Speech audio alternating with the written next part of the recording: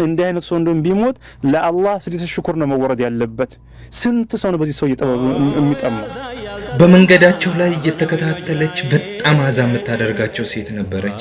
ነብያችን አለይሂ ሰላቱ ወሰላም ሁሌ ወደ መስጊድ በሚመላለሱበት ጊዜ በጣም አዛ ታደርጋቸዋለች። እሾህ ምናምን እዛ ያደረገች የሚያስጠሉ ነገራቶችን እየደፋች እሳቸውን አዛ በማድረግ በጣም በማስቸገር የምትታወቅ አንድ ሴት ነበረች።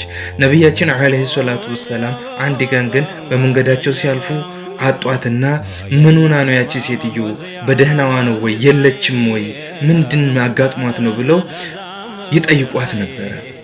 ከዛም መታመሟን በሚሰሙ ወቅት ታማለች ሲባሉ ጊዜ የኛ አዛኙ ነብይ ይህንን በሰሙ ጊዜ ሄዱ ወደ ቤቷ ሊጠይቋት። ምን ሆነሽ ነው ምንድነው ያጋጠመሽ ብለው ነው የጠየቋት። ለምንድነው አዛ የምታደርጊኝ ለምንድን ነበር እንደዚህ የምታደርጊኝ ብለው እንኳን በሷ ላይ መጥፎ ነገር አልሰነዘሩባትም። ነብያችን አለይሂ ሰላቱ ወሰላም ወደ ቤቷ በገቡ ወቅት ጊዜ እሷ ግን ደነገጠች። ወይ ሊገለኝ ነው ወይ የሆነ ነገር ሊያደርገኝ እንጂ ያሰበችው ፍጹም ዱዓ ሊያደርግላት መሆኑን አላወቀችም ነበር። ዱዓ ባደረጉላት ቅጽበት ነው ሸሃዳ ያዘችው። ነብያችን አለይሂ ሰላቱ ወሰላም እንዲህ አይነት መሪና ሩህ አዛኝ የነበሩ ነብይ ናቸው።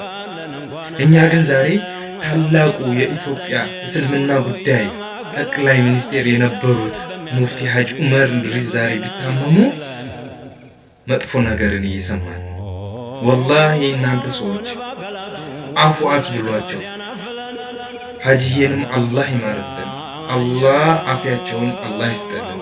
ወሰላሙ አለይኩም ወራህመቱላሂ ተዓላ ወበረካቱ።